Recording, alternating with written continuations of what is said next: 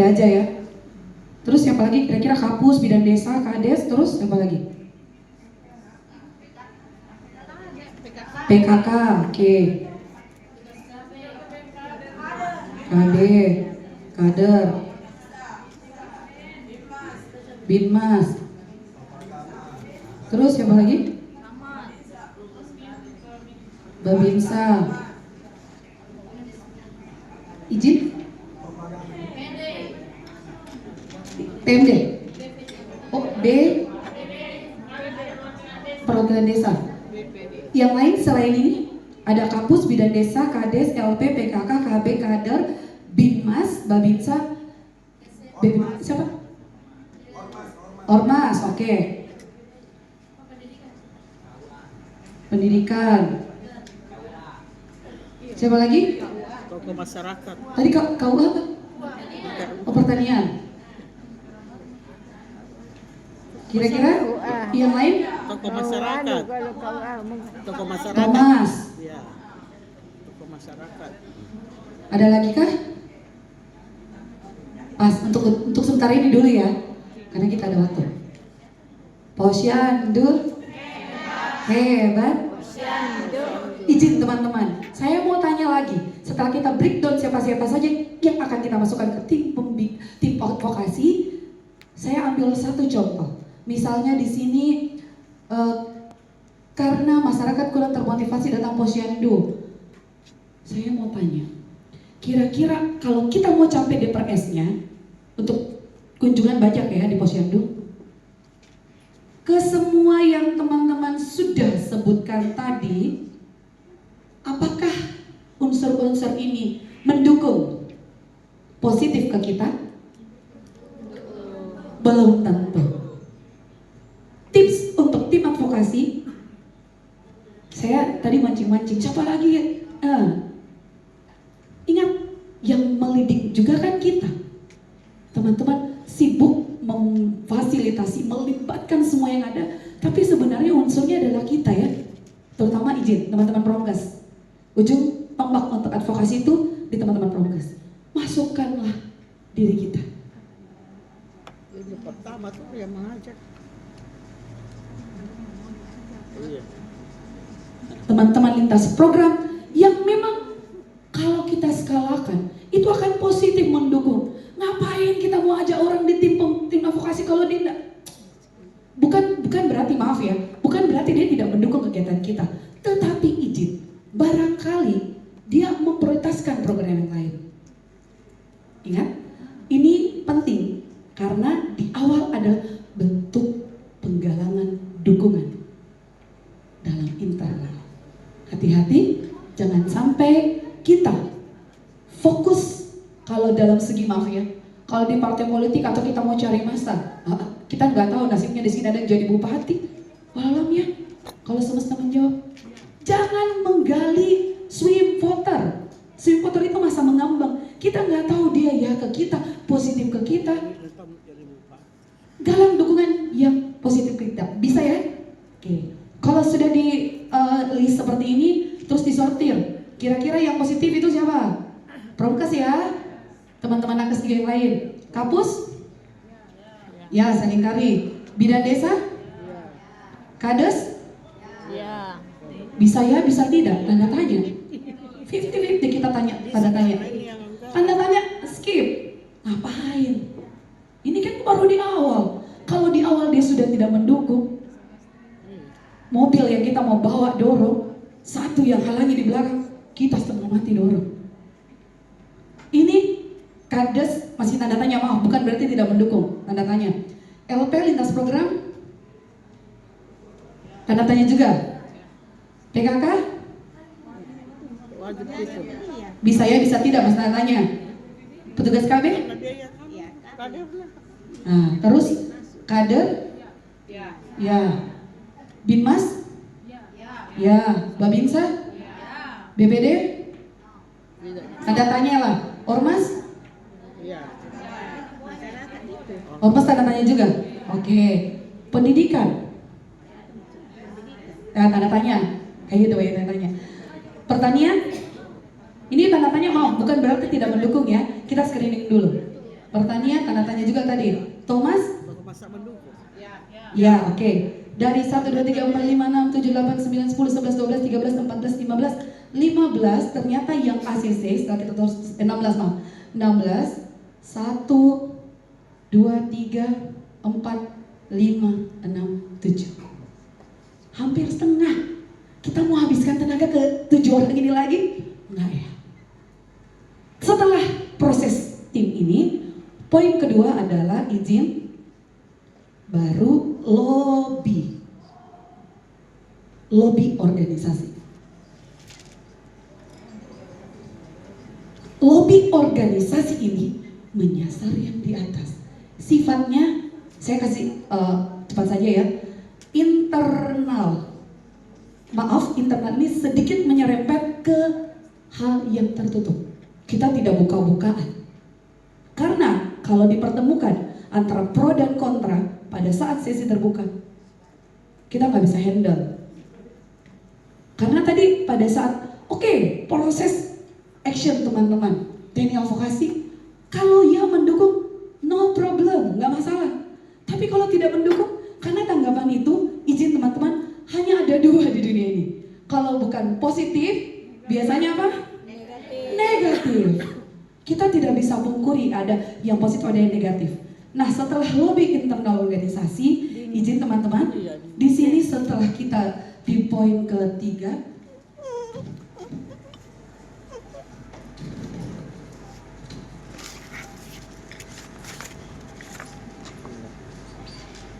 publikasi. Adakah yang after setelah melakukan tahapan advokasi mempublish aplikasinya? Belum tentu ya. Padahal ini penting. Penting sekali kita menunjukkan ke khalayak masyarakat banyak. Misalnya izin, secara tidak tertulis, kalau bentuk advokasi kan biasanya ada momentum pendandatanganan MOU, terus ada pembuatan tanda tangan, kesepakatan. Bentuk mereka datang ke event kegiatan program Posyandu itu adalah dukungan dari pemangku kebijakan. Dipublish, diposting di medsos, diposting di media sosial, banyak media sosial kita, banyak media massa kita. Bisa ya? Kenapa ini menjadi penting? Akan menunjukkan ke khalayak orang banyak, tokoh-tokoh kunci pemangku kebijakan mendukung program Posyandu. Yang selanjutnya adalah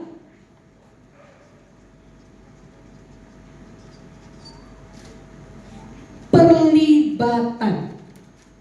Baru kita melibatkan yang pokja-pokja tadi, yang eksternal-eksternal tadi. Setelah proses pembentukan, lobby organisasi, publikasi, mereka kunjungan datang ke Posyandu, posting. Gak mungkin pejabat datang ke Posyandu Era Baru kalau dia tidak dukung. Pasti ada usaha-usaha teman yang meyakinkan pimpinan, pemangku kebijakan, entah itu kepala desa, lurah, untuk mau mendukung kegiatan Posyandu kita. Bisa ya? Jadi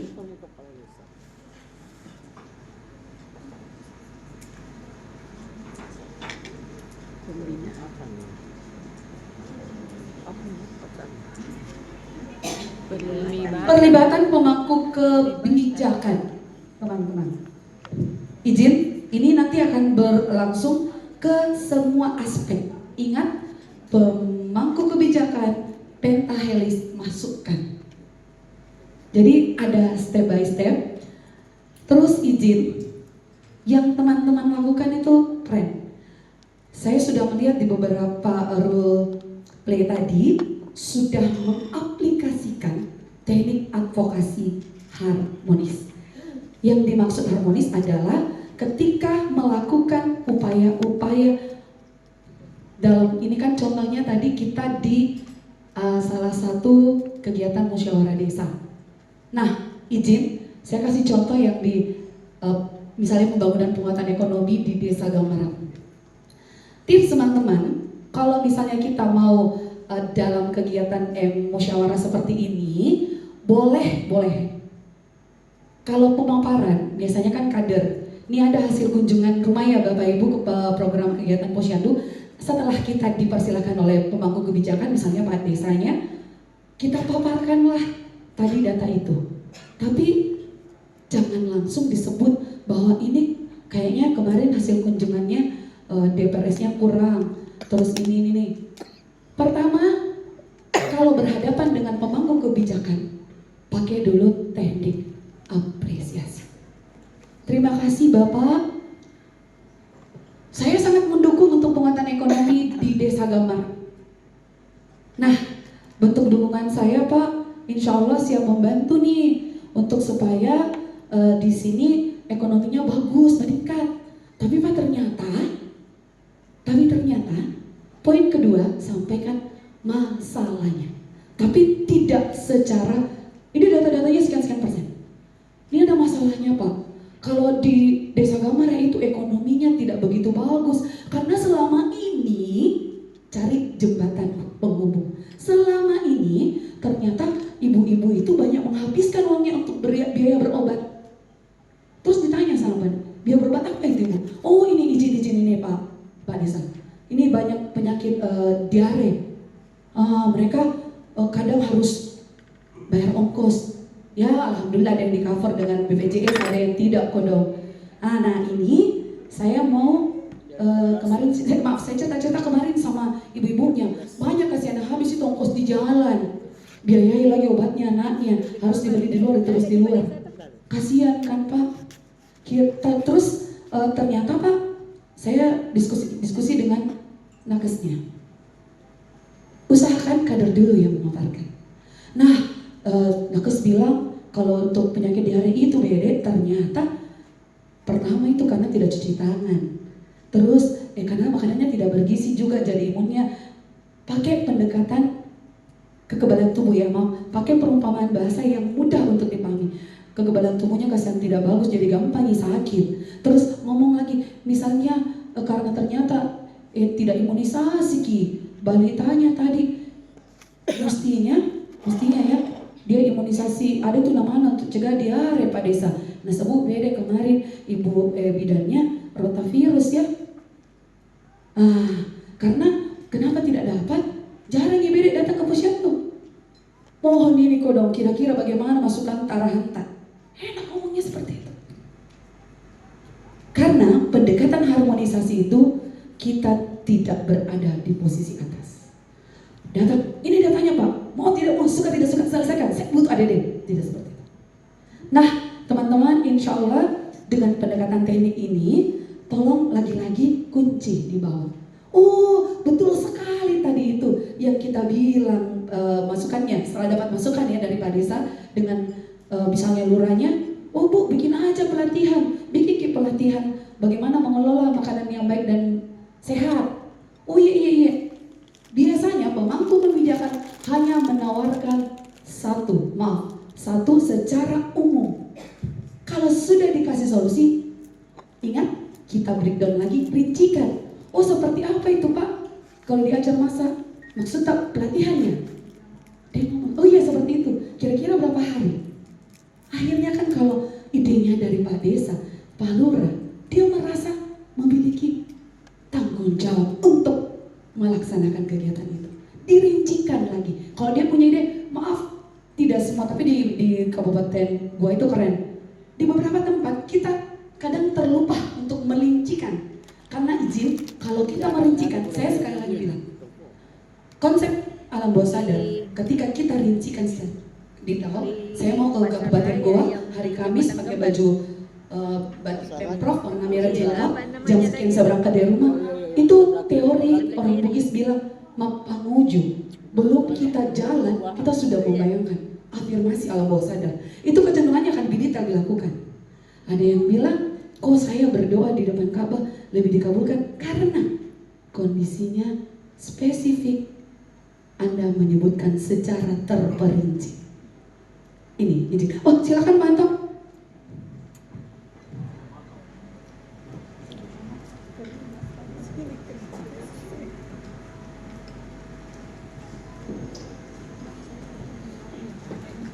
Dihafal mi namanya. Sering berkali. Ya, tapi Bu, kali sekarang kan berbicara advokasi Sebenarnya kalau di jalan advokasi ini dibarengi dengan monitoring atau supervisi, posyandu itu akan berjalan dengan apa yang kita inginkan. Tapi kenyataannya bukan cuma dibuat. Kalau kunjungan SMED, Ibu Bupati atau Ibu PKK, saya yakin ada semua, yang kita catat tadi itu ada semua. Andai kan ada monitoring setiap 1 kali 3 bulan, saya yakin posyandu ini akan berjalan dengan apa yang kita inginkan, terutama DPRS-nya. Saya yakin ada sampai 100%. Terus yang kelemahan kita adalah sis kontrol. Kita sebagai petugas broadcast atau gizi itu hanya menerima data yang dicapai oleh ibu-ibu kader di lapangan atau di posyandu. Itu. Yang terakhir Bu, insya Allah tahun 2026 itu tidak ada lagi persoalan DPRS. Saya yakin. Karena kenapa? Ada namanya program MBG. MBG ini sasaran 3B. Bu nyusui, bu hamil, bayi balita. Ya, semua sasaran ini akan mendapat PMT. Ya, isi semua. Jadi saya yakin yang adanya ini, saya yakin ibu yang punya bayi balita akan rajin ke posyandu. Tapi saya juga bingung kalau misalnya MBG sudah jalan, masih ibu balita belum maksimal datang, karena ini kan sudah ada 3. Ada dari desa, ada dari puskesmas, ada dari MBG. Jadi kalau misalnya DPRS dia belum sampai di atas 80%, betul-betul masyarakat ya kurang bersyukur kalau ada beberapa program pemerintah dia tidak maksimalkan. Itu yang tadi Bu yang kami luruskan kembali yang SMED. Mungkin mohon maaf Ibu kalau ada Ibu Lurah, ada Ibu Desa, tapi memang kenyataannya begitu Bu. Kalau ada Ibu Bupati turun kunjungan SMED pasti ada semua lengkap, mulai dari PKK sampai keamanan ada semua. Kalau misalnya kita jalankan di setiap posyandu, insya Allah pasti semua DPRS akan tercapai. Cukup itu Bu. Assalamualaikum warahmatullahi wabarakatuh. Waalaikumsalam warahmatullahi wabarakatuh. Tepuk tangan dulu untuk Pak Anto. Izin, saya langsung menanggapi ya. Nah, soalnya saya harus belajar untuk konten dengan waktu. Saya menangkap poinnya, kalau gawean yang melibatkan ibu terus kita terjun, itu memang sudah hal yang lumrah ya. Izin, saya menyelip tadi titipan 1, ingat, publikasi. Kalau perlu deklarasi, kata kuncinya adalah deklarasi. Ini sekedar tips, tapi alternatif cara kreatif yang lain lebih banyak teman-teman bisa dibuat. Izin Panto, saya sharing saja. Tolong buatkan sesuatu yang sifatnya deklarasi, entah itu tertulis, entah itu tidak tertulis. Maksud saya tidak tertulis adalah kita punya mitra potensial, teman-teman siapa kira-kira? Media massa, ajak wartawan online. Bu, izin saya record ya. Ketika lu sebagai pemimpin kebijakan, nak ke ceritanya ini Bu Bupati, komen akan begini, minta, saya enggak mau. Selain tulisan, videokan, rekam, posting. Rekam jejak digital tidak bisa dihapus. Janji-janji politik yang terlontar, itu bisa kita minta. Bisa merinding loh. Tahu tidak? Ini yang harus dikuatkan oleh teman-teman Promkes. Mereka, kita tidak perlu bilang sama, Bu izin ya kita, tapi media yang maju. Nah, janji itu akan tertagih. Kalau misalnya tidak berkenan tadi Ibu Bupatinya, yang bersedia dulu. Karena saya yakin dari semua jajaran unsur, misalnya Ibu Ketua Tim Penggerak PKK-nya tidak siap pada saya, itu tuh ada di bawahnya tuh. Oh silakan ini Ketua Pokjaku. Tapi wewenang itu, pendelegasian itu, penunjukan itu untuk dekomen, itu menjadi tanggung jawab Ibu juga. Nah, izin teman-teman, silakan pakai teknik itu. Nah, saya sepakat sekali dengan yang Pak Anto bilang, yang kita harapkan memang seperti itu. Karena kalau kunjungannya bagus, tidak ada mikul-mikul istilahnya kejar timbang, tidak ada mikul yang kerjaannya untuk hadir bawa-bawa tenteng-tenteng makanan PMT. Saya hanya sedikit bercerita, kemarin saya masuk di tim Papa Madece Gizi yang tahun lalu, Anu, PWK. bawahku saya adalah Pangkep dan Tanah Toraja. Kita tahu, saya pergi ke Buntung Limbong di atas. Apa itu yang SMP? Saya Oh, minta baru maaf. kedua. Jalan kaki itu 6 kilo kadarnya bawakan. Dan ternyata masih ada yang seperti ini. Dibawakan kodong, ada lagi alternatif sistem titip-titip. Pas kembali besoknya kadarnya kita diambil basi. 7,5 tahun. Ada yang datang langsung tidak dimakan. Itu bukan sekedar cerita dari orang-orang, saya mendengar langsung dari kadernya. Nah, inilah yang kita harapkan teman-teman, karena lihat waktu lagi. Izin, saya mungkin hanya sedikit memberikan masukan, karena masukan ini buat diri saya juga.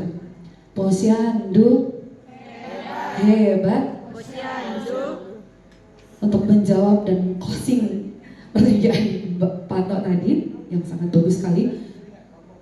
Teman-teman, rekan-rekan petugas kesehatan dan juga sudah hadir di sini tadi saya dengan Dalur, ada Ibu Camat ya, Ibu Sekcam. Insya Allah terima kasih Ibu Sekcam.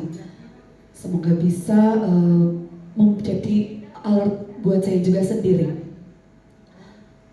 Kita tidak pernah bisa memilih untuk lahir di keluarga mana saja. Kita juga tidak pernah bisa memilih untuk saya kerja di kesehatan, saya gaweannya di sini. Kita tidak bisa memilih publik yang kita hadapi itu karakternya seperti apa, tipenya seperti apa. Tapi yang bisa teman-teman pilih, teman-teman lakukan adalah bagaimana memberikan pelayanan yang terbaik, kinerja yang baik. Karena teman-teman, satu falsafah Bugis yang saya masih pegang, pagkawaru madecenge, sampai madecenge, pugawi madecenge, deceng tu polena. Buatlah selalu malige kebaikan, cari terus kebaikan itu, gali kebaikannya, lakukan, kerjakan kebaikan itu. Insya Allah yang terbaik yang akan terjadi. Yakin teman-teman, ketika kita berbuat baik akan kembali mantunya ke kita kebaikan itu. Kalaupun bukan kita yang dapat, insya Allah anak cucu tak yang dapat. Jangan pernah berhenti untuk selalu semangat meskipun tidak ada penyemangat, karena insya Allah ini akan menjadi berkah berlipat ganda seperti bola salju yang akan menggelinding. Teman-teman dapat faedahnya di akhirat. Amin amin ya rabbal alamin. Saya akhiri ya. Izin saya berpantun boleh?